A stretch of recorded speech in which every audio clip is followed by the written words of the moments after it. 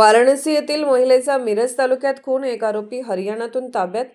मिरज तालुक्यातील टाकळी गावाजवळ ओढापात्रालगत असलेल्या कुमार पाटील यांच्या ऊसाच्या शेतात 23 डिसेंबर रोजी 35 ते 40 वयोगटातील एका अज्ञात महिलेचा मृतदेह आढळून आल्याने परिसरात एकच खळबळ उडाली होती. सदर मृतदेह कुत्र्याने लचके तोडलेल्या अवस्थेत आढळून आला होता. चेहरा पूर्णतः विद्रूप झाल्याने मृत महिलेची ओळख पटवणे पोलिसांसमोर मोठे आव्हान ठरले होते. या घटनेची नोंद मिरज ग्रामीण पोलीस ठाण्यात करण्यात आल्यानंतर प्रारंभी आकस्मिक मृत्यूचा संशय व्यक्त करण्यात आला होता. मात्र तपास अधिक खोलवर करत असताना सदर महिलेचा खून करून मृतदेह शेतात टाकण्यात आल्याचा संशय बळावला आहे. तपासादरम्यान सदर महिला उत्तर प्रदेशातील वाराणसी येथील असल्याची माहिती समोर आली आहे.